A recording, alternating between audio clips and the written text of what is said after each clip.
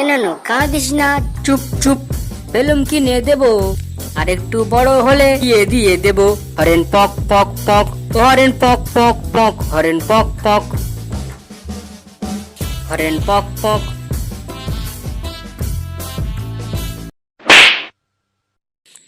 এই কি ব্যাপার, ওটা ফুটো বসে আছে না? কিন্তু বালটা ওইভাবে মদ দোকানে বসে আছে কেন? হুম, ও তো বাংলা খাওয়ার ছেলে নয়, নিশ্চয়ই বিয়ার খাচ্ছে। যাই গিয়ে টুপ করে পোঁচটা মেরে দিই। কিরে ফুটো, মন মেজাজ খারাপ কেন রে? বউটাও মরে গেল নাকি?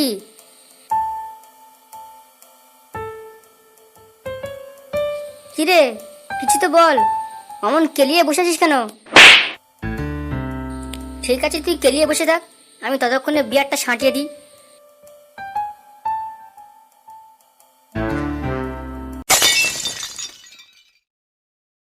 আহ কি স্বাদ ভাই, যাই বলিস ভাই, আজকের বিয়ারটা একটু অন্যরকম। অমন করে হাঁ করে কি দেখছিস? সকালবেলা গাঁজা ফাঁজা খেয়েছিস নাকি? সারা তোরা কি শান্তিতে একটু মদটাও খেতে দিবি না নাকি? কেন রে, তোর আবার কি হলো? সারা সকালবেলা মা কেনালো, ফের বাপ কেনালো। এ আবার এমন কি কথা? ও তো আমার বাবা প্রতিদিন কেলে ফোন মেরে দেয়। সারা আজকে আমার গার্লফ্রেন্ডের বিয়ে, কালকে আগে নিমন্ত্রণও করেনি। আরে তাতে কি হয়েছে, আরেকটা গার্লফ্রেন্ড বানিয়ে নিবি। শোন ভাই, মেয়ে আর ট্রেনের পিছনে জীবনে ছোটা উচিত নয়। একটা যাবে আর একটা আসবে। আরে সেই দুঃখেই তো বিয়ারে বিষ মিশিয়ে খেতে যাচ্ছিলাম, আর তুই এসে খেয়ে নিলি।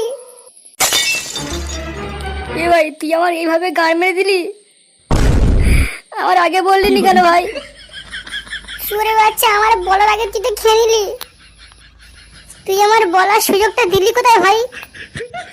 ভুল হয়ে গেছে ভাই, আগে হাসপাতালে নিয়ে চল ভাই, আমাকে বাঁচিয়ে নে, আমাকে হাসপাতালে নিয়ে চল।